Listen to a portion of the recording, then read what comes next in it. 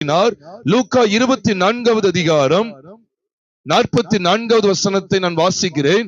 அவர்களை நோக்கி, மோசேயின் நியாயப்பிரமாணத்திலும் தீர்க்கதரிசிகளின் ஆகமங்களிலும் சங்கீதங்களிலும் எழுதியிருக்கிறவைகள், என்னை குறித்து எழுதியிருக்கிறவைகள் எல்லாம் நிறைவேற வேண்டியதென்று நான் உங்களோடு இருந்தபோது உங்களுக்கு சொல்லிக் கொண்டு வந்த விசேஷங்கள் இவைகளே அப்படின்னு சொல்லி ஆண்டவர் இங்க வெளிப்படுத்தினார். பிரியமானவர்களே, சங்கீதங்களிலும் என்னை குறித்து எழுதியிருக்கிறது.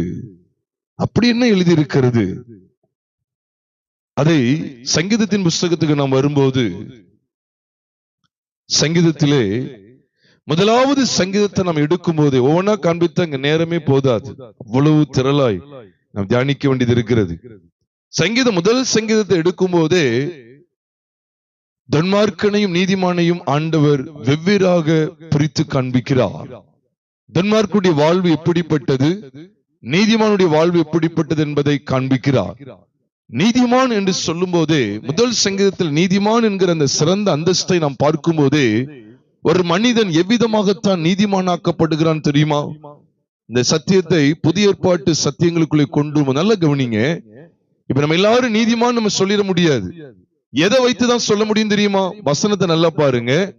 ரோமர் 5வது அதிகாரம் 9வது வசனத்தை நாம் பார்க்கும்போது, 8 மற்றும் 9 கவனிப்போமையானால், நாம் பாவிகளாய் இருக்கையில், பாத்துக்கங்க, 8ஆம் வசனத்துல நாம் பாவிகள் இருக்கு, ஆனா 9ஆம் வசனத்துல நாம் நீதிமான்கள் இருக்கு. பாத்துக்கங்க, நான் அதை சொல்ல வர்றேன். 8ஆம் வசனத்துல ரோமர் 5:8 சொல்லப்பட்டிருக்கு, நாம் பாவிகளாய் இருக்கையில் கிறிஸ்து நமக்காக மரித்ததினாலே தேவன் நம்மேல் வைத்த தமது அன்பை விளங்க பண்ணுகிறார். அப்ப அவருடைய மரணத்துல நாம் பாவிகளா இருக்கும் போது அவர் மரிச்சாராம். தொடர்ந்து சொல்லப்பட்டிருக்கு, இப்படி நாம் அவருடைய இரத்தத்தினாலே நீதிமான்கள் ஆக்கப்பட்டிருக்க. என்னையா 8வது வசனத்துல நாம் பாவிகள் என்று சொல்லப்பட்டிருக்கு, ஆனா 9ஆம் வசனத்துல நாம் எப்படி ஆக்கப்பட்டோமா பாருங்க. பாவிகளாய் இருந்த நாம இவ எப்படி ஆயிட்டோம்? எதனாலன்னு போட்டிருக்கு, இயேசு கிறிஸ்துவின் இயேசுவின் இரத்தத்தினாலே நாம் நீதிமான்கள் ஆக்கப்பட்டிருக்கிறோம். அப்ப அவருடைய மரணம், அந்த மரணத்தை தொடர்ந்து பாருங்க, அவர் ரத்தம் சிந்திதான் ஜீவனை கொடுத்தார். அப்ப அவர் சிந்தின வெளியேற பெற்ற ரத்தத்தை பற்றுகிற விசுவாசத்தினாலே நாம் எல்லாருமே என்ன ஆக்கப்பட்டிருக்கிறோம்? நீதிமான்கள் ஆக்கப்பட்டிருக்கிறோம். அது ரொம்ப ஜாக்கிரதையா நம்ம கிடைக்க பெற்ற இந்த வெளியேற பெற்ற தருணத்துல உண்மையிலே நான் நீதிமானாக்கப்பட்டிருக்கிறேனா, எதை வைத்து நான் ஊர்ஜிதம் செய்து கொள்ள முடியும்? குமாரனாகிய இயேசு கிறிஸ்துவின் இரத்தத்தை பற்றுகிற விசுவாசத்தினாலேயே. ஆகினாலே இந்த விசுவாசத்தினாலதான், அவருடைய இரத்தத்தை பற்ற விசுவாசம். அது என்ன, எப்படி விசுவாசிக்கிறது? ஏன் பாவி, என்னுடைய எல்லா பாவங்களையும் கிறிஸ்து இயேசு சிலுவையில சுமந்து தீர்த்தா, அவர் சிந்தின வெளியேற பெற்ற இரத்தத்தினாலே என்னை என்ன செய்து விட்டார்? கழுவி விட்டார், நீதிமானாக்கி விட்டார். என்னை கழுவி, என்னை சுத்திகரித்து, பாவங்கள் எல்லாம் நீக்கப்பட்டுட்டுனா நம்ம இன்னும் பாவி கிடையாது. பாவம் இருக்கிற வரைக்கும் தான் பாவி. பாவத்தை எல்லாம் நீக்கி நம்மளை சுத்திகரிச்சுட்டா நம்ம இப்ப எப்படி ஆயிடுவோம்? நீதிமான் ஆயிடுவோம். அப்ப அப்படி வெளியேற பெற்ற இரத்தத்தினால நீதிமானாக்கப்படுகிற மகா மேன்மைய சங்கீதத்தின் காரியங்களை நீங்கள் நானும் பார்க்க முடியும். சங்கீதம் முதல் சங்கீதத்திலேயே ஒரு திருச்சபை, நீதிமான்கள் அப்படிங்கிற அடையாளப்படுத்தப்படுகிற திருச்சபை வெளிப்படுத்தப்படுகிறது. ஆக சங்கீதக்காரனுக்கு பல சந்தர்ப்பங்களில் வெளிப்பாடு கிடைத்தது. நான் நேரத்தை பொறுத்து உங்களோடு கூட ஒரு சில சம்பவங்களை, ஒரு சில காரியங்களை கொஞ்சம் துரிதமா, ஆனா பல காரியங்கள் இருக்கும், அதுல உங்களோடு கூட இந்த சங்கீத புஸ்தகத்திலே கிறிஸ்துவானவர் எவ்விதமாய் வெளிப்படுத்தப்பட்டார், அவருடைய ஒட்டுமொத்த வாழ்க்கையும் சங்கீதத்துல வெளிப்படுத்தப்பட்டிருக்கு. எப்படின்னு பாருங்க, அந்த காலத்துல எப்படி எழுதியிருக்கிறாங்க பாருங்க, எவ்வளவு ஆவியானவர் பரிசுத்த தாசர்களை பயன்படுத்தி இருக்கிறார். சங்கீதம் 2ஆம் சங்கீதத்துக்கு வரும்போது கூட 2வது சங்கீதம் 7வது வசனத்தை ஒருத்தங்க வாசிங்க. கர்த்தர் என்னை நோக்கி, நீர் என்னுடைய குமாரன், இன்று நான் உம்மை ஜெனிப்பித்தேன். போதும். இது யாரை குறித்து சொல்லப்பட்டது அப்படி சொன்னா, இயேசு கிறிஸ்துவை குறித்து சொல்லப்பட்டது. பிதாவாகிய தேவன் குமாரனாகிய தேவனை பார்த்து சொல்லுகிற ஒரு அற்புத வாக்கியம். இது எந்த சூழ்நிலைன்னு பாத்தீங்கன்னா, அதுக்கு மேல இருந்து நீங்க வாசிச்சீங்கன்னா, ஜாதிகள் கொந்தளித்து ஜனங்கள் விருதா காரியத்தை சிந்திப்பானேன், கர்த்தருக்கு விரோதமாகவும் அவர் அபிஷேகம் பண்ணினவருக்கு விரோதமாகவும் பூமியின் ராஜாக்கள் எழும்பி நின்ற அதிகாரிகள் ஏகமாய் ஆலோசனை பண்ணி. இதெல்லாம் எங்க நடந்தது அப்படின்னு சொன்னா, ஆலோசனை. அதாவது தேசாதிபதிகளுக்கு மத்தியிலே, பிரதான ஆசாரியர்கள் கூடியிருந்த இடத்திலே இயேசுவானவர் காட்டி கொடுக்கப்பட்டு அவர் சிலுவைக்கு போகிறதற்கு முன்பாக நடைபெற்ற ஒரு கொந்தளிப்பை தான் வேதம் இங்கே அடையாளப்படுத்துகிறது. அது மாத்திரம் அவருடைய சிலுவை பாடுகளையும் வெளிப்படுத்துகிறது. இப்ப நம்ம வாசிக்கிட்டோமே 7ஆம் வசனத்துல, நீர் என்னுடைய குமாரன், இன்று நானுமை ஜெனிப்பித்தேன் என்று சொல்லுகிறாரு. இது எதை பற்றியது தெரியுமா? நல்ல கவனிங்க. இது இயேசு கிறிஸ்துவனுடைய உயிர்த்தெழுதல். மேல பார்க்கிற கொந்தளிப்பு எல்லாம் அவருடைய சிலுவை பாடுகளை குறிக்கும். அவனை சிலுவையில் அறையும், அவனை சிலுவையில் அறையும், சிலுவையில் அறையும் என்று கூச்சலிட்டார்களே, அப்படிப்பட்ட கூக்குரல் தான் இது. ஏனென்றால் நீங்க சங்கீதம் 2 பார்க்கிறதே சமயத்தில் அப்போஸ்தலர் 4வது அதிகாரத்துக்கு எடுக்கும்போது, அப்போஸ்தலர் 4வது அதிகாரம் 25ஆம் வசனத்திலிருந்து நாம் பார்ப்போமேயானால், இயேசுவானவர் பாடுபட்ட காரியத்தை 2ஆம் சங்கீதத்தில் எழுதியிருக்கு அப்படிங்கிறத ஆதி திருச்சபையார் தெளிவாக அறிந்திருந்தார்கள். அதனாலதான் அப்போஸ்தலர் 4வது அதிகாரம் 25ஆம் வசனத்திலிருந்து நீங்க கவனிப்பீர்கள் என்றால், பிரஜாதிகள் கொந்தளித்து ஜனங்கள் விருதா காரியங்களை சிந்திப்பானேன் என்றும், கர்த்தருக்கு விரோதமா அவருடைய கிறிஸ்துவுக்கு விரோதமா, இதெல்லாம் வருது சொல்லிட்டு என்ன சொல்ற 26ஆம் வசனத்தின் பின்பகுதியிலே, ஏகமாய் கூடி கூட்டம் கூடினார்கள் என்றும் தேவரீர் உம்முடைய தாசனாகிய தாவீதின் வாக்கினால் உரைதீரே அந்தபடி. அதான் நீங்க கவனிக்கணும். அப்ப தாவீதுக்கு முன்னமே வெளிப்படுத்தப்பட்டபடி, அதான் அதோட அர்த்தம். அந்தபடி அப்படின்னா என்ன அர்த்தம்? 2ஆம் சங்கீதத்தில் எழுதியிருக்கிறபடி, 2ஆம் சங்கீதத்திலே தாவீதுக்கு வெளிப்படுத்தினபடி. அது தாவீதின் சங்கீதமா அப்படிங்கிறத இங்கே நீங்க பார்க்கலாம். தாவீதின் வாக்கினால் உரைத்தீரே அந்தபடி உம்முடைய கரமும் உம்முடைய ஆலோசனையும் முன்குறித்தவைகள் யாவையும் செய்யும்படி. குமாரனாகிய இயேசு கிறிஸ்துவை குறித்து முன்குறித்தவைகள் யாவையும் செய்யும்படி ஏரோதும் பொந்திபிலது. அங்க என்ன பண்ற? பூமியின் ராஜாக்கள் எழும்பி நின்ற அதிகாரிகள் ஏகமாய் கூட்டம் கூடி. அப்ப சும்மா படிச்சிடக்கூடாது. அது யாரை குறித்து சொல்லப்பட்டது? யாருடைய சிலுவை பாடுகளை குறித்து சொல்லப்பட்டது? ஆமா, இயேசு கிறிஸ்துடைய சிலுவை பாடுகளை குறித்து சொல்லப்பட்டது. பிரியமானவர்களே, பாருங்கள், உங்களுடைய என்னுடைய ஒட்டுமொத்த பாவங்களையும் அக்கிரமங்களையும் நிவர்த்தி செய்கிற கிருபாதார பலியாகிய இயேசு கிறிஸ்துவை குறித்த விசேஷித்த சத்தியங்கள் அக்காலத்திலேயே தாவீதுக்கு முன்னறிவிக்கப்பட்டிருந்தது. எவ்வளவு மகிமையான அனுபவம் பாருங்க. உங்களுடைய என்னுடைய ரட்சிப்பை ஆண்டவர் ஏதோ 2000 வருஷத்துக்கு முன்னால தீர்மானிச்சார் சொல்லுவீங்களா? அப்படி சொல்லக்கூடாது. 2000 வருஷத்துக்கு முன்னாலே தீர்மானிச்சார் இல்ல. ஒரு இடத்துல பைபிள்ல சொல்லியிருக்கு, எபேசியர் 1:4 சொல்றாரு, உலக தோற்றத்துக்கு முன்னே கிறிஸ்துவுக்குள் அவர் நம்மை கிறிஸ்துவுக்குள் தெரிந்து கொண்டபடி என்று எழுதுகிறார். எவ்வளவு பிரமாதம் பாருங்க. உலக தோற்றத்துக்கு முன்னே, ஆதாம் எவ்வளவு வரல, அப்பவுமே ஒரு முன்குறிப்பு இருந்திருக்கு. அததான் ஏற்ற காலங்களில தம்முடைய பரிசுத்த தாசர்கள் மூலமா இவ்விதமா எழுத்துப்பூர்வமா ஆண்டவர் வெளிப்படுத்தி கொண்டே இருந்தார் அக்காலத்திலேயே. இன்னைக்கு நீங்கள் நானும் இன்னைக்கு சிலுவை பாடுகளை தியானித்துக் கொண்டு இருக்கிறோம். இது ஏதோ 2000 வருஷத்துக்கு முன்னால வெளிப்படுத்தப்பட்டது அல்ல. இது பூர்வ காலத்திலிருந்து வெளிப்படுத்தப்பட்டது, ஆதி காலத்திலிருந்து. அதனாலதான் யோவான் இயேசு கிறிஸ்து குறித்து சொல்லும் போது 1 யோவான் இருக்கட்டும், அல்லது யோவான் சுவிசேஷமாக இருந்தாலும் சரி, யோவான் சுவிசேஷம் 1:1 சரி, அல்லது 1 யோவான் 1:1 இருக்கட்டும், ஆதியிலே வார்த்தை இருந்தது, அந்த வார்த்தை தேவனிடத்தில் இருந்தது, அந்த வார்த்தை தேவனாய் இருந்தது. இதைத்தான் 1 யோவான் 1:1 சொல்றாரு. ஆதி முதல் இருந்ததும் நாங்கள் கண்டதும், நாங்கள் கைகளால் தொட்டதும், நாங்கள் நோக்கி பார்த்ததும், அந்த ஜீவ வார்த்தை உங்களுக்கு எழுதுகிறோம், அந்த ஜீவன் வெளிப்பட்டது என்றெல்லாம் அங்கே தொடர்ந்து சொல்லுகிறார். அப்ப ஆதி காலம் முதல் இருந்தவர். எதுக்காக ஆதி காலம் இப்ப இன்னைக்கு இந்த செய்தியில எதுக்கு சொல்லப்படணும் அப்படின்னு கேட்டா, ஆதி காலத்திலிருந்தே இருந்தவர் தாவீதுக்கு வெளிப்படுத்தப்பட்டிருக்கிறார். நம்மேல் வைத்த அன்பை தேவன் நம்மேல் வைத்த அன்பை ஏதோ 2000 வருஷத்துக்கு முன்பாக இல்ல, எப்ப இருந்தே காமிக்கிறாரு. ஆதி முதல், உலக தோற்றம் முதலே உலக தோற்றத்துக்கு முன்பிருந்தே வெளிப்படுத்திட்டு இருக்கிறாரு. அது ஒருவரும் சிந்திக்கிறது இல்லை. சும்மா இது 2000 வருஷத்துக்கு முன்னால வந்தார் அப்படின்னு நினைச்சிடாதீங்க. அவர் எப்பவுமே முன்குறிக்கப்பட்டார். பாத்தீங்களா? ஏதேன் தோட்டத்துல முன்குறிக்கப்பட்டா. ஆதியாகமம் 3:15 நம்ம எல்லாருக்கும் தெரியும். உனக்கும் ஸ்திரீக்கும் உன் வித்துக்கும் அவள் வித்துக்கும் பகை உண்டாக்குவேன், அவர் உன் தலையை நசுக்குவா, நீ அவர் குதிகாலை நசுக்குவான்னு சொல்லி சொல்லப்பட்டிருக்கு.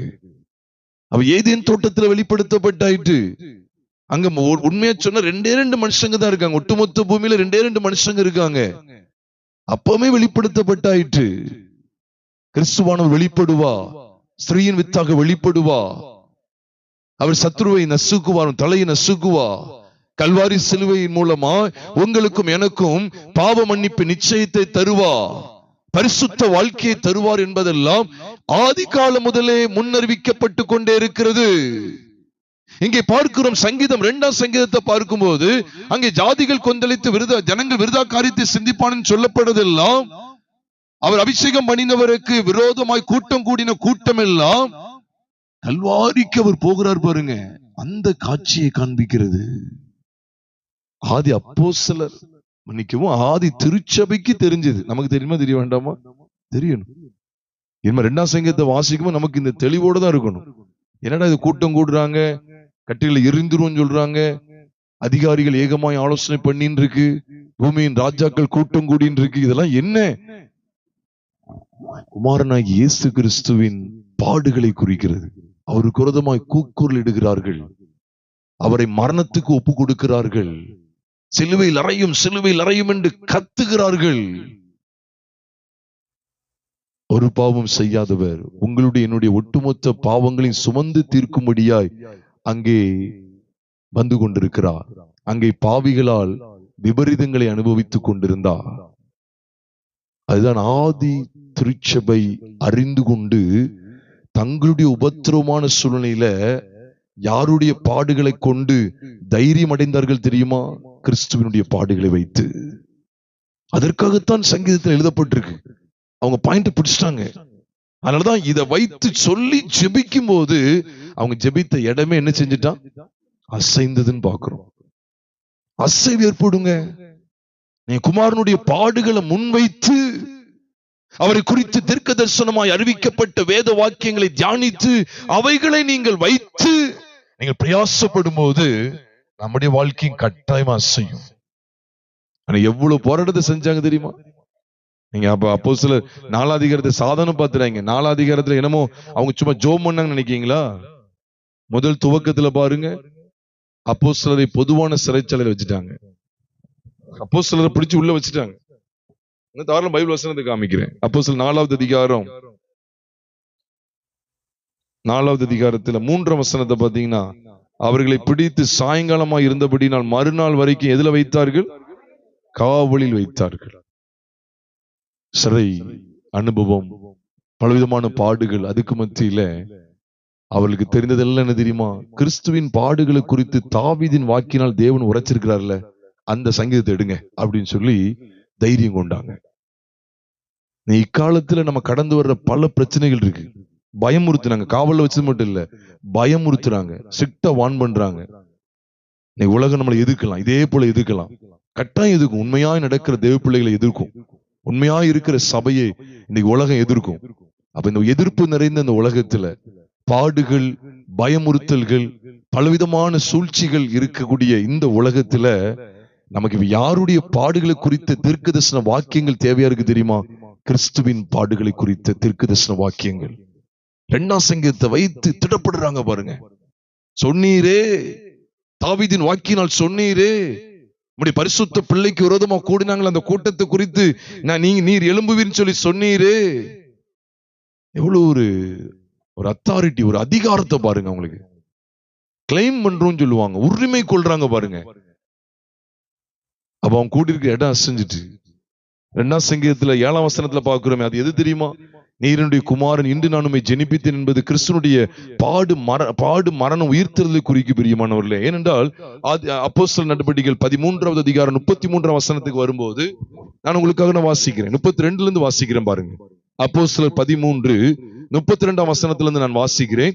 நீர் என்னுடைய குமாரன், இன்று நான் உம்மை ஜெனிப்பித்தேன் என்று எத்தனாவது சங்கீதத்துல?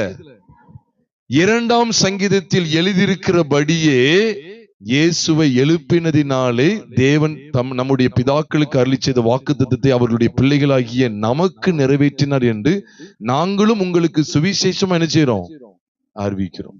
அப்ப அப்போஸ்தலனாகிய பவுல், பர்னபா அவங்க அறிவிக்கிற செய்தியை பாருங்க. அந்தியோகியாவுக்கு வந்து சபையை ஸ்திரப்படுத்தி அவர்கள் மூலமா அறிவிக்கப்பட்ட செய்தியை பாருங்க. அவங்களும் 2ஆம் சங்கீதத்தை எடுக்கிறாங்க. எதுக்கு எடுத்தாங்க தெரியுமா? அது 2ஆம் சங்கீதத்துல மேல பாடுகளை பத்தி இருக்கு. அதை தொடர்ந்து அவர் மரித்தோர்ல இருந்து எழும்பினார். பிரியமானவர்களே, அதுதான் இங்க எழுதுகிறார். நீர் என்னுடைய குமாரன், இன்று நான் உம்மை ஜெனிப்பித்தேன்னு சொன்னோன்னே ஆங்கிலத்துல பிகாட்டன் இருக்கு. ஏதோ ஒரு பிறந்தார் நினைச்சுறாங்க. பிரியமானவர்களே, ஏதோ ஒரு பிறப்பை பத்தி போட்டு நினைப்பீங்களா? அப்படி நினைக்க கூடாது. அப்படின்னா அது தவறான விளக்கம்னு அர்த்தம். இது என்ன சொல்லப்பட்டிருக்கு? நீர் என்னுடைய குமாரன், இன்று நான் உம்மை ஜெனிப்பித்தேன் என்று 2ஆம் சங்கீதத்தில் எழுதியிருக்கிறபடியே, அப்படி எழுதியிருக்கிறபடியே இயேசுவை எழுப்பினதினாலே. எங்க இருந்து எழுப்புறாரு? மரித்தோர்ல இருந்து எழுப்புகிறார். இதுதான் பிரியமானவர்களே, நமக்கு புதிதான வாழ்வை தேவன் கட்டளையிடுகிற காட்சி. இயேசு மரித்தோர்ல இருந்து எழுப்பினதினால் நமக்கு என்ன ஆசீர்வாதம்? நம்முடைய பழைய வாழ்க்கை கிறிஸ்துவின் மரணத்திலே மடிந்து, நம்முடைய பழைய வாழ்க்கை அவரோடு கூட அடக்கம் பண்ணப்பட்டு, இனி நான் அல்ல கிறிஸ்துவே எனக்குள் பிழைத்திருக்கிறார்ங்கிற மகிமையான வாழ்க்கை வாழ்வதற்காகத்தான் இந்த சங்கீதம் 2 குமாரனுடைய பாடுகள் மற்றும் அவருடைய உயிர்த்தெழுதல் குறித்த விசேஷித்த வார்த்தைகள் அக்காலத்திலே தாவீதுக்கு முன்னறிவிக்கப்பட்டது. அப்ப இந்த வசனங்களை வைத்து நாம் எவ்விதமாய் பலப்பட வேண்டியது இருக்கிறது என்று சொன்னால், அவருடைய மரணத்துல என்னுடைய ஒட்டுமொத்த பழைய வாழ்க்கை சிதைந்து போகிறது. கவனிக்கீங்களா? கவனிங்க. நம்முடைய பழைய வாழ்க்கை குமாரனுடைய மரணத்திலே மரித்து போகிறது. பாவத்தன்மை கொண்ட பழைய மனுஷன், நமக்குள்ள ஒரு புறம்பான ஒரு சாயல் இருக்கு பாருங்க, இந்த மாம்சம் இருக்கு பாருங்க. இதை எப்படியும் உட்படுத்தலாம். உங்களுக்கு 2 கண்ணு இருக்கு, எனக்கு 2 கண்ணு இருக்கு.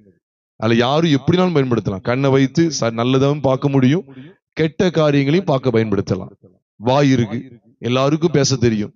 அப்ப அந்த வாயை வைத்து பொய் பேசுறதுக்கு, தாறுமாறானவைகளை பேச, கெட்ட வார்த்தைகளை பேச, சண்டை போடுறதுக்கு இதை பயன்படுத்த, அதுக்கும் பயன்படுத்தலாம். நன்மையானவைகளை, உண்மையை பேசுறதுக்கு மட்டும் பயன்படுத்தலாம். பிரோஜனமானவைகளை பேச மட்டும் பயன்படுத்தலாம். அதே போலதான் கால்களை நல்ல இடங்களுக்கு போறதுக்கு நமக்கு நல்ல இடங்களுக்கும் போகலாம், கெட்ட தவறான இடத்துக்கும் போகலாம். அப்போ இந்த நமக்குள்ள, இந்த நமக்கு மேல இருக்கக்கூடிய இந்த பாவ சரீரம் கொண்ட இந்த மனுஷன் இருக்கான் பாருங்க, அந்த மனுஷனுடைய வாழ்வே கல்வாரி சிலுவையிலே செத்து போகிறது. நானா புதுசா சொல்லல, ரோமர் 6ஆவது அதிகாரம் 6ஆம் வசனம் சொல்லுது. ரோமர் 6ஆவது அதிகாரம் 6ஆவது வசனத்துல நமக்கு எப்படிப்பட்ட உறுதிப்பாட்டை தர்றார் தெரியுமா? நம்ம இனிமே பாவமே செய்ய மாட்டோங்கிறதுக்கு எப்படிப்பட்ட உறுதிப்பாட்டை தர்றார் தெரியுமா? நாம் இனி பாவத்துக்கு ஊழியம் செய்யாதபடிக்கு பாவ சரீரம் ஒளிந்து போகும் பொருட்டாக நம்முடைய பழைய மனுஷன் அவரோட கூட சிலுவையில் அறையப்பட்டது என்று அறிந்திருக்கிறோம். நம்முடைய பழைய மனுஷன் யாரோட சிலுவையில் அறையப்பட்டு விட்டான் அப்படின்னு என்ன அர்த்தம்? நம்முடைய பழைய மனுஷன் கிறிஸ்துவோடு மரித்து விட்டான் என்று சொல்றார். இப்ப சொல்லுங்க, கிறிஸ்துவின் மரணம் நமக்கு ஆசீர்வாதமா இல்லையா? எவ்வளவு பெரிய ஆசீர்வாதத்தை கொண்டு வருது. ஏன்னா அவருடைய மரணத்துல, இங்க பைபிள் யாருடைய மரணத்தை சொல்லுது? நீங்க சொல்லுங்க, வசனத்தை பார்த்து சொல்லுங்க. ரோமர் 6ஆவது அதிகாரம் 6ஆம் வசனத்தை பார்த்து சொல்லுங்க. இயேசு கிறிஸ்துவின் மரணத்துல அவரோடு கூட யாரும் மரித்து விட்டான்னு காமிச்சு கொடுக்குது. ஆமா, பாவ மனிதன் அவன் தான் எல்லா சேட்டைகளுக்கும் காரணம், மூல காரணமே அவன் தான். என்னிலிருந்து பிறப்பிக்கக்கூடிய எல்லா பாவக்கிரியைகளும் அந்த மனுஷன் தான் வருது. இந்த சரீரத்தின்படி, மாம்சத்தின்படி வாழ்கிற வாழ்க்கை. அப்ப உங்களுக்கு கவனிக்கீங்களா? கிறிஸ்துவின் மரணத்துல நம்முடைய மனசும் மாம்சமும் விரும்பினவைகளை செய்யக்கூடிய பாவத்தன்மை கொண்ட பழைய மனுஷனுடைய வாழ்வானது சிதைக்கப்படுகிறதா இல்லையா? சிதைக்கப்பட்டு போகிறது, மாண்டு போகிறான். இது எவ்வளவு ஒரு அருமையான விசேஷம் பிரியமானவர்களே. ஆகவேதான் அப்போஸ்தலனாகிய பவுல் சொன்னார், நாங்களோ சிலுவையில் அறையப்பட்ட கிறிஸ்துவை பிரசங்கிக்கிறோம்.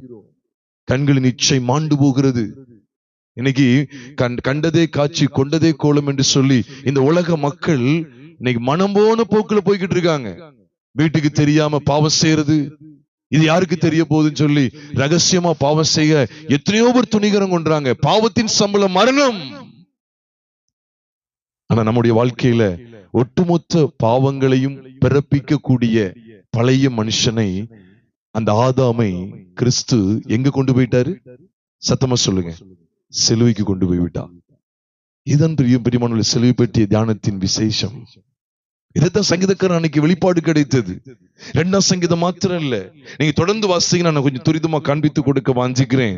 2ஆம் சங்கீதம் மாத்திரம் இல்ல, பல வசனங்கள் ஞான அர்த்தமா காண்பிக்கப்பட்டிருந்தாலும் நான் வேத வசனத்துக்கு ஒத்து வரக்கூடிய நிரூபிக்கக்கூடிய காரியங்களை மட்டும் உங்களோடு கூட நான் பகிர்ந்து கொள்கிறேன். சங்கீதம் 8வது சங்கீதத்துக்கு வரும்போது அங்க 2ஆம் வசனத்தை பாருங்க. பகினனையும் பழிகாரனையும் அடக்கி போட தேவரீர் உம்முடைய சத்துருக்களின் நிமித்தம் குழந்தைகள் பாலகர் வாயினால் என்ன உண்டு பண்ணினீர்? பலன் உண்டு பண்ணினீர். இது எந்த சமயம் தெரியுமா?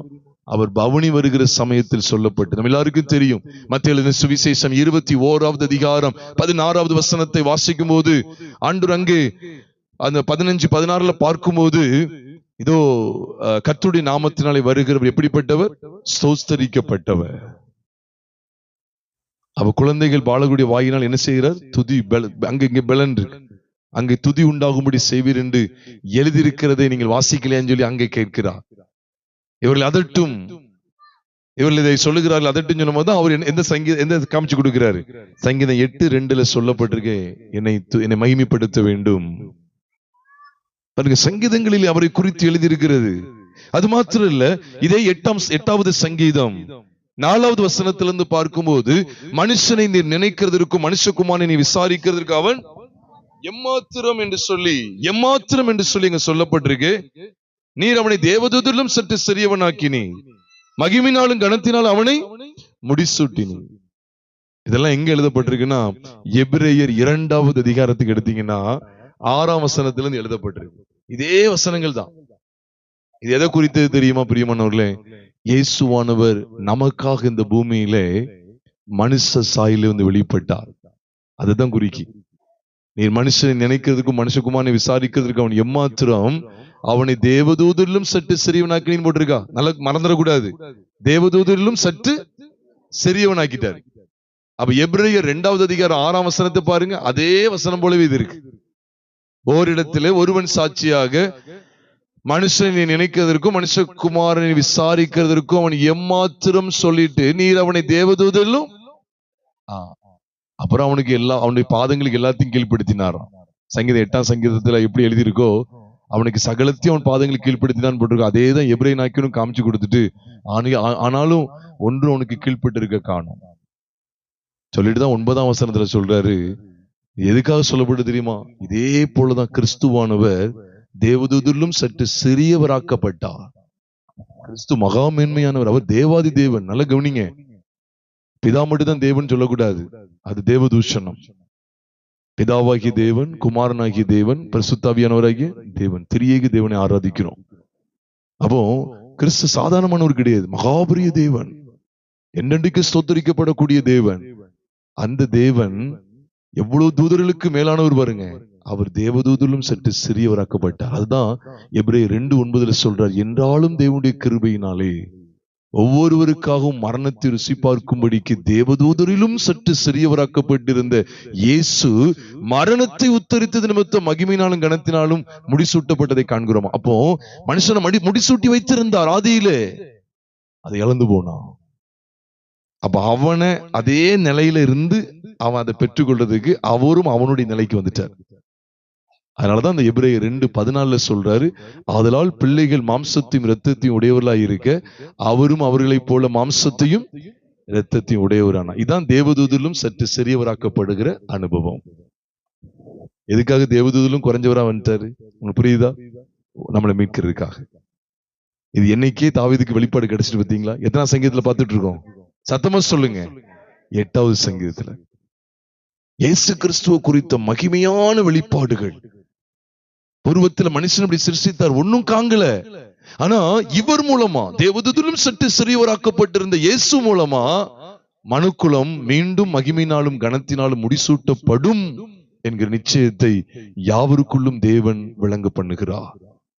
அது மாத்திரம் இல்ல பிரியமானவர்களே, நீங்க தொடர்ந்து கொஞ்சம் பாருங்களேன். இந்த சங்கீதத்துல அவரை குறித்து எவ்வளவு விசேஷங்கள் எழுதப்பட்டிருக்கு பாருங்க.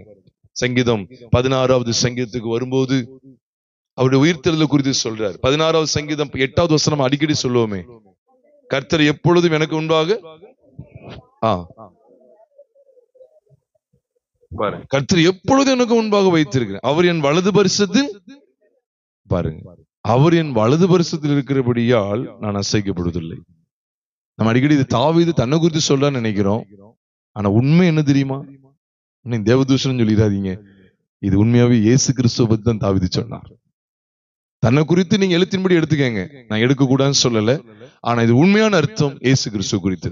சந்தேகம் இருந்தா நீங்க பாக்குறீங்களா, ஒரு கை இதை வச்சுக்கங்க. சங்கீதம் 16 அப்போஸ்தலர் நடபடிகள் 2வது அதிகாரம் 25ஆம் வசனத்தை வாசிங்களேன். 25வது வசனத்தை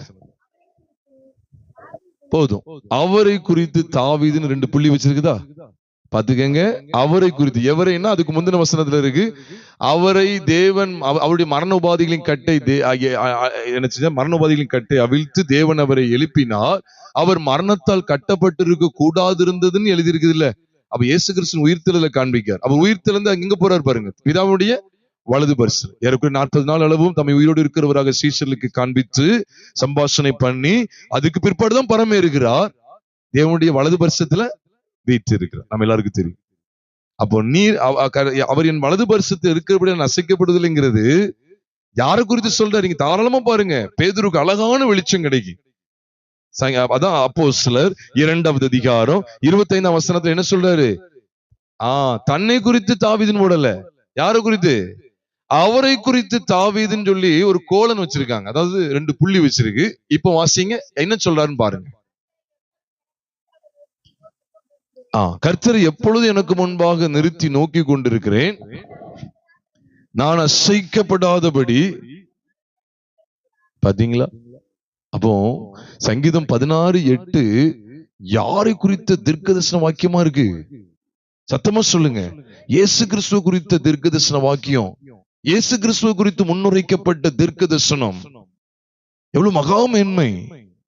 அவர் வலது பரிசுல விட்டு இருக்கிறார். அதை தொடர்ந்து நம்முடைய பரிசுத்தமான அழிவை காண ஒட்டிடலாம் தொடர்ந்து 16ஆம் சங்கீதத்துல வருது.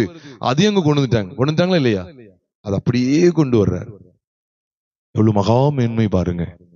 இதே காரியத்தை தான் அப்போஸ்தலனாகிய பேதுருக்கு மட்டும் இல்ல, அப்போஸ்தலனாகிய பவுலுக்கும் கிடைச்ச வெளிச்சத்தை பாருங்க. நீங்கள் நானும் அப்போஸ்தலர் நடபடிகள் 13வது அதிகாரம், அப்போஸ்தலர் 13வது அதிகாரத்துல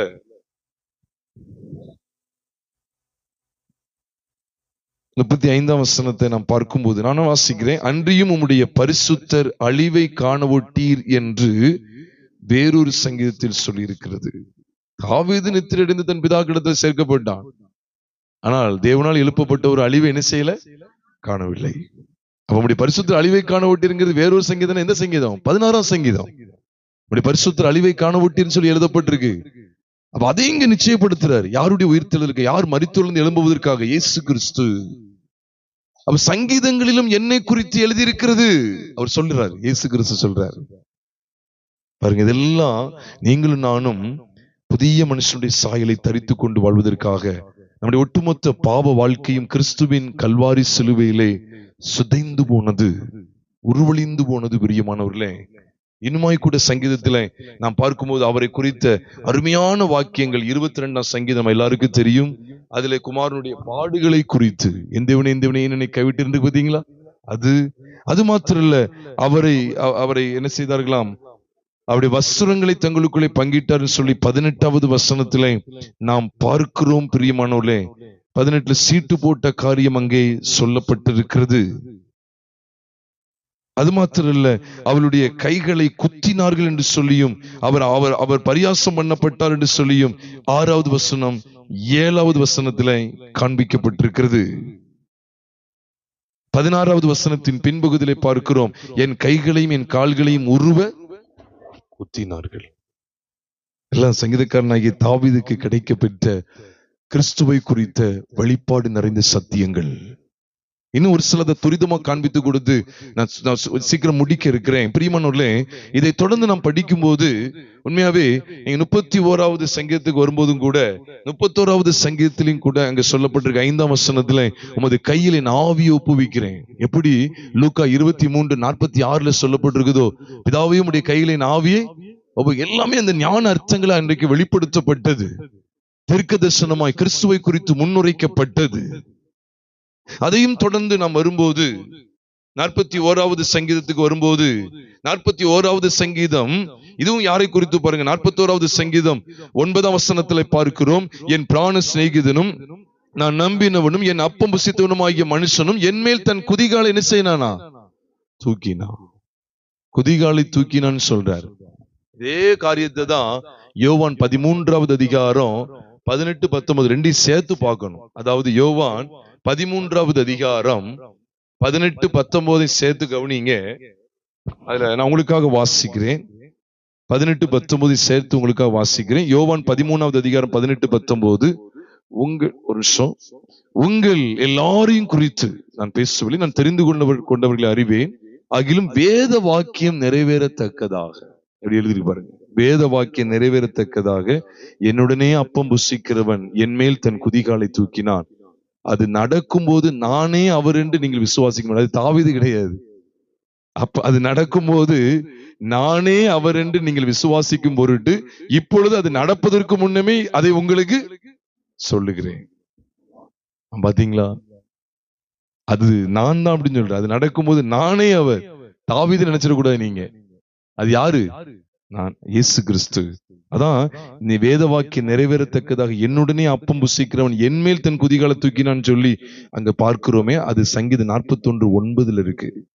என் அப்பம் புசித்தவனும் ஆகிய மனுஷனும் என் மேல் தன் குதிகாலை தூக்கினான்.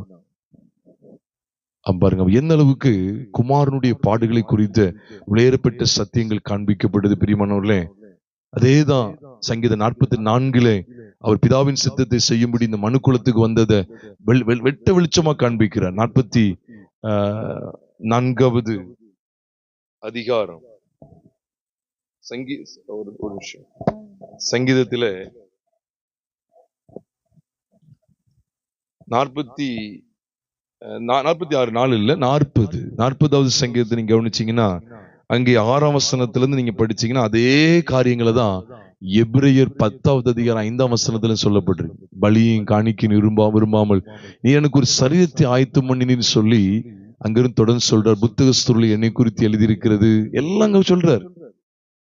இதோ தேவனே உம்முடைய சித்தத்தின்படி செய்ய வருகிறேன் எல்லாம் நீங்க பார்க்கலாம். சங்கீதம் 40ல 6ஆம் வசனத்திலிருந்து நீங்க பார்க்கலாம். நீங்க தாராளமா 6ல இருந்து 8ஆம் வசனம் வரைக்கும் பாருங்க. அதே காரியம் தான் எபிரேயர் 10வது அதிகாரம் 5, 6, 7, 8 ஆகிய வசனங்களில் சொல்லப்பட்டிருக்கு. அப்போ சங்கீதங்களில் கிறிஸ்துவை குறித்து எழுதியிருக்கிறது. நாம் அதை படிக்க வேண்டும், அதை அறிய வேண்டும். அப்ப ஏன் இந்த குமாரனுடைய பாடுகளை குறித்து இவ்வளவு நேர்த்தியாக சொல்லப்பட்டிருக்குது? அவர் அது மாத்திரம் இல்ல, அப்படி பக்தி வைராக்கியத்தை குறித்து சொல்லப்பட்டிருக்கு.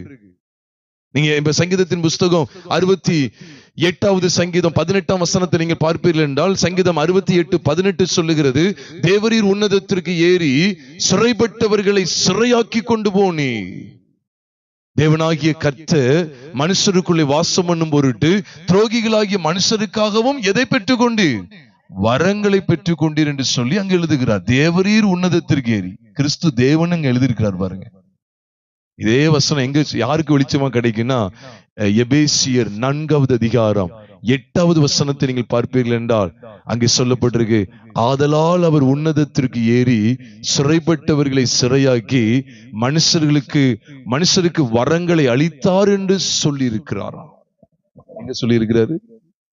எங்க சொல்லியிருக்க? சத்தமா சொல்லுங்க. சங்கீதம் 68:18 சொல்லி இருக்கிறார். பாத்தீங்களா?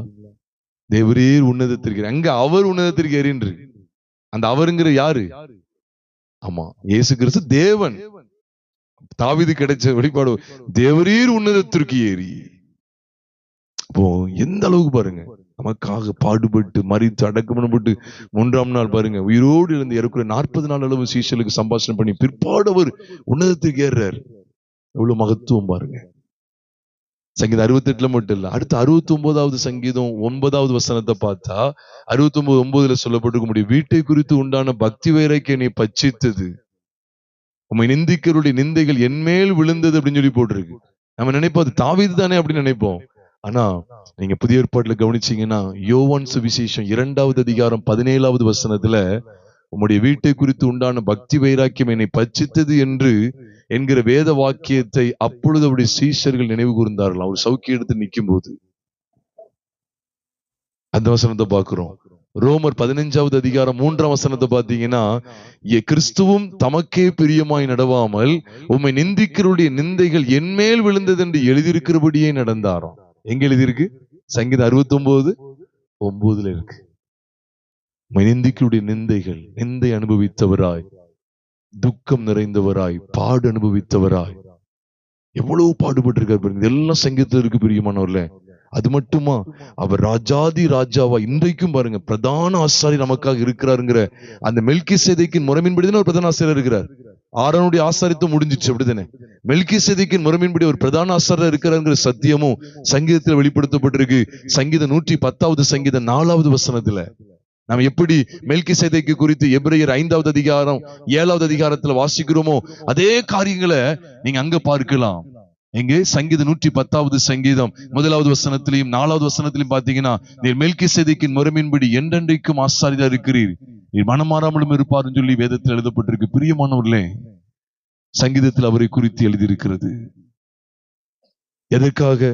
உங்களுடைய என்னுடைய ஒட்டுமொத்த பாவங்களையும் நிவர்த்தி செய்கிற கிருபாதர பலியாய் அக்காலத்திலேயே தாவீதுக்கு அவர் முன்னறிவிக்கப்பட்டார். இன்றைக்கு நமக்கு சங்கீத புஸ்தகங்கள்ல அவரை குறித்து இருக்கு. அதனாலதான் இயேசுவன சொன்ன சீசர்கள்ட்ட, நம்ம அந்த பொரிச்ச மீனையும் தேன் கூட்டையும் நீங்க பார்த்துட்டு போய் ஓடிடக்கூடாது. அது தொடர்ந்து அவர்களுக்கு எதை காமிச்சு கொடுத்தாரு தெரியுமா? சங்கீதங்களில் என்னை குறித்து எழுதியிருக்குன்னு காமிச்சு கொடுக்கிறத லூக்கா 24வது அதிகாரம் 44ஆம் வசனத்துல வாசிக்கிறோம். பிரியமானவர்களே, பிரியமானவர்களே, அவருடைய பாடுகளை ஏன் இவ்வளவு நேர்த்தியாய் முன்னுரைக்க வேண்டும், இவ்வளவு நேர்த்தியாய் சித்தரிக்க வேண்டும் என்றால், பிரியமானவர்களே, உங்களுடைய என்னுடைய ஒட்டுமொத்த பாவங்களின் பரிகாரியாய் அவர் ஆதியிலிருந்தே பயணித்துக் கொண்டே வந்தார். நல்ல கவனிங்க, ஆதியிலிருந்தே பயணித்துக் கொண்டு வருகிறார். அது அநேகர் பார்க்கிறது இல்ல. ஆதியிலிருந்தே பயணித்துக் கொண்டு வருகிறார். ஏன்னைக்கு இந்த விசேஷமா சங்கீதம் பார்க்கிறோம். இன்னைக்கு ஒரு டாபிக், அவ்வளவுதான். எல்லாத்தையும் சொல்றதுக்கு டைம் கிடையாது. இன்னைக்கு ஒரு டாபிக் சங்கீதத்துல. சங்கீத புஸ்தகத்தை அவரை பாக்குறீங்களா? சங்கீதனால என்ன தெரியுமா? திருப்பாடல்னு சொல்லுவாங்க. சுத்த தமிழ்ல திருப்பாடல்கள் சொல்லுவாங்க. சங்கீதங்கள் திருப்பாடல்கள். நம்முடைய துதி ஸ்தோத்திரங்களிலே இவ்விதமாய் அவர் வெளிப்படுத்தப்பட வேண்டும். நான் முன்னாட்கள் பாத்தீங்கன்னா கர்த்தர் அது தந்தார் இது தந்தார் ஸ்தோத்திரிச்சுட்டு போயிருவேன். ஆனா ஆண்டவர் சத்தியத்தை தெளிவா நடத்தும் போது இப்பெல்லாம் துதி ஸ்தோத்திரத்தை நான் எதுல வைப்பேன் தெரியுமா? நீங்க 2 நாட்கள் மட்டும் நினைச்சிடாதீங்க. நீங்க எந்த நாட்கள்ல கூப்பிட்டாலும் சரிதான், எதமா முன்னிறுத்துவேன், அவருடைய பலியை தான் முன்னிறுத்துவேன். ஏன்னா அவர் சங்கீதங்களில் அறியப்பட வேண்டும். நம்முடைய துதி ஸ்தோத்திரங்கள் அடங்கிய சங்கீதங்களில் ஞான பாட்டுகள், கீர்த்தனைகள், இவையெல்லாவற்றிலையும் சிலுவையில் அறையப்பட்ட கிறிஸ்து காண்பித்து கொடுக்கப்பட வேண்டும். நீங்க பாக்குறீங்களா? சங்கீதங்கள் அவரை பார்க்கிறீங்களா? நீங்க வீட்டுல தேவனை துதிக்கும் போது, ஸ்தோத்திரிக்கும் போது, சங்கீதத்தை எடுத்து மாறி மாறி வாசித்து தேவனை மகிமைப்படுத்தும் போது குமாரனுடைய கல்வாரி காட்சி உங்களுக்கு தெரியுதா? அந்த கல்வாரி காட்சியிலே உங்களுடைய என்னுடைய பழைய வாழ்க்கை கொண்ட பாவத்தன்மை கொண்ட ஒட்டுமொத்த பழைய மனுஷன் மரித்து கிடக்கிறத பார்க்கிறீங்களா? அதுதான் அவருக்கு ஏற்ற துதி ஆராதனை. அதைத்தான் சங்கீதக்காரன் மட்டும் இல்ல, கர்த்தருடைய தாசனாகிய பவுலும் கண்டடைந்ததுனாலதான் சொன்னாரு, அவருக்கே என்றென்றைக்கும் சதா காலங்களிலும் மகிமை உண்டாவதாக ஆமேன்னு சொல்லி கலாத்தியர் 1 அதிகாரம் 5ஆம் வசனத்துல சொல்றாரு. எதுக்கு அவருக்கேன்னு போட்டிருக்கிறதுல? அதுக்கு முந்தின வசனத்துல பாத்தீங்கன்னா, அவர் நம்மை இப்பொழுது இருக்கிற பொல்லாத பிரபஞ்சத்தினின்று விடுவிக்கும்படி நம்முடைய பிதாவாகிய தேவனுடைய சித்தத்தின்படியே நம்முடைய பாவங்களுக்காக தம்மை தாமே ஒப்பு கொடுத்தார். பாருங்க, அவருக்கே என்றென்றைக்கும் உள்ள சதா காலங்களிலும். புரியுதா உங்களுக்கு? நம்ம சங்கீதங்கள்ல அவருடைய நாம மகிமை உள்ளது, மகத்துவம் உள்ளது, அப்படியே சொந்தரிக்க நினைக்கும். நிருபத்திலையும் சங்கீதத்தை கொண்டு வர்றாங்க. எங்க அவரை உயர்த்துகிற துதியை கொண்டு வர இடத்துல எதை வச்சுதான் அவருக்கு மகிமை என்றென்றைக்கும் சதா காலங்களில் உண்டாவதாக ஆமேன்னு சொல்றாங்க? பலி. கரெக்டா பிடிச்சீங்களே, பலியை கொண்டு வந்துதான். இந்த பலி இல்லைன்னா ஆராதிக்கிறதுக்கு வழி இல்லை அப்படின்னு நினைச்சுக்கங்க. சங்கீதங்களில் அவரை பார்க்கிறீங்களா பிரியமானவர்களே? நம்முடைய துதி ஸ்தோத்திரங்கள் பாடல்கள் இன்னைக்கு உள்ள நவீன பாடல்ல பாடாதீங்க. வார்த்தைக்கு சம்பந்தப்படாத பாடலை தயவு செய்து பாடாதீங்க. அதெல்லாம் பாடுறதே கிடையாது. வார்த்தை, தேவனுடைய வார்த்தைக்கு ஒத்து வராத பாடல்கள், சும்மா அந்த இந்த உலகத்துல ஏதோ ஒரு சும்மா நம்மள ஒரு விதமான மயக்கத்துக்குள்ள கொண்டு போற பாடல் வேண்டாம். சத்திய வார்த்தைகளின் அடிப்படையில் ஆதியில பாடினாங்க பாத்தீங்களா, கன்வென்ஷன், கீர்த்தனைகள், பாமாலைகள் எல்லாம் மிஞ்சிற பாட்டு வரும்னு நினைக்கீங்க? ஒரு காலத்துக்கு வர முடியாது. ஒட்டுமொத்த ஜீவனி அங்க இருக்கு. நீங்க அதுல எடுத்து பாட்டு பாடி பாருங்க, பாமாலை பாட்டு பாருங்க, அதுல ஜீவன் இருக்கு. கீர்த்தனையில ஜீவன் இருக்கு. சாரணவரஜமா பாடின பாடல ஜீவன் இருக்கு. நீங்க டான்ஸ் ஆடுற இதுல இல்ல பிரியமானவர்களே.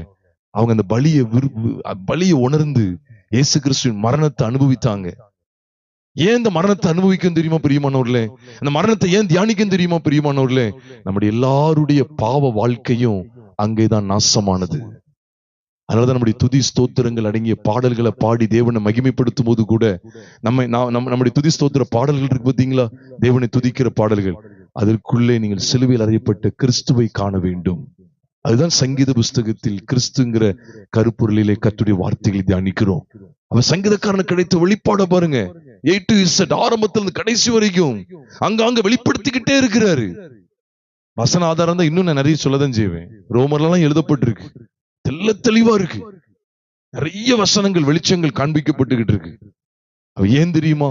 அதுல எல்லாம் சங்கீதத்துல எல்லாம் அவர் சிலுவையில் அறையப்பட்டவரா, உங்களுடைய என்னுடைய ஒட்டுமொத்த பாவங்களை சுமந்து தீர்க்கிற தேவ ஆட்டுக்குட்டியா, அவர் நம்முடைய பழைய மனுஷனை அடக்கத்துக்கு ஒப்பு கொடுத்தவரா, நீங்களும் நானும் இனி கிறிஸ்துவுக்கென்று பிழைக்க வேண்டும் என்பதை வலியுறுத்துகிற அந்த உயிர்த்தெழுதலின் சாயலாய் அவர் இன்றைக்கு உங்களுக்காக எனக்காக தேவனுடைய சமூகத்திலே பரிந்து பேசுகிற நித்திய பிரதான ஆசாரியராய் இருக்கிறாருங்கிற அந்த காட்சியை காண்பித்து கொடுக்கிறவராய் அவர் சங்கீதங்களிலே வெளிப்பட்டு கொண்டே இருந்தாரே. நம்முடைய வாழ்க்கையை நம்ம ஒரு விஷயம் ஆராய்ந்து பார்த்து, ஆண்டவரே, சங்கீதங்களிலே நாம் உண்மை இவ்விதமாய் நான் பார்க்கிறேனே, நான் தொடர்ந்து என்னுடைய வாழ்க்கை எல்லாம், என்னுடைய துதி ஸ்தோத்திரங்கள் எல்லாம் எனக்காக என்னுடைய ஒட்டுமொத்த பாவங்களை நிவர்த்தி செய்த கிருபாதர பலியாகிய உண்மையே சிந்தித்து நான் உமக்கு செலுத்தக்கூடிய பாத்திரமாய் காணப்பட வேண்டும் என்று சொல்லி நம்மை தேவ கரத்தில் அர்ப்பணம் செய்வோமா? இருக்கிடத்திலே தலைகளை தாழ்த்தி சங்கீத புஸ்தகத்தில் கிறிஸ்து அவரை அறிந்தவர்களாய் என்னுடைய ஒவ்வொரு நாளும் எனக்குள்ளிருந்து பிறக்கக்கூடிய சங்கீதத்தில் எல்லாம், அவரை துதிக்கிற துதிகளில் எல்லாம் அவரை நாம் இவ்விதமாய் அனுபவிக்க வேண்டுமே, நான் அவரை இவ்விதமாய் அனுபவிக்க வேண்டுமே, அதற்கு அர்ப்பணம் செய்கிறேன் என்று சொல்லி அர்ப்பணம் செய்வோமா?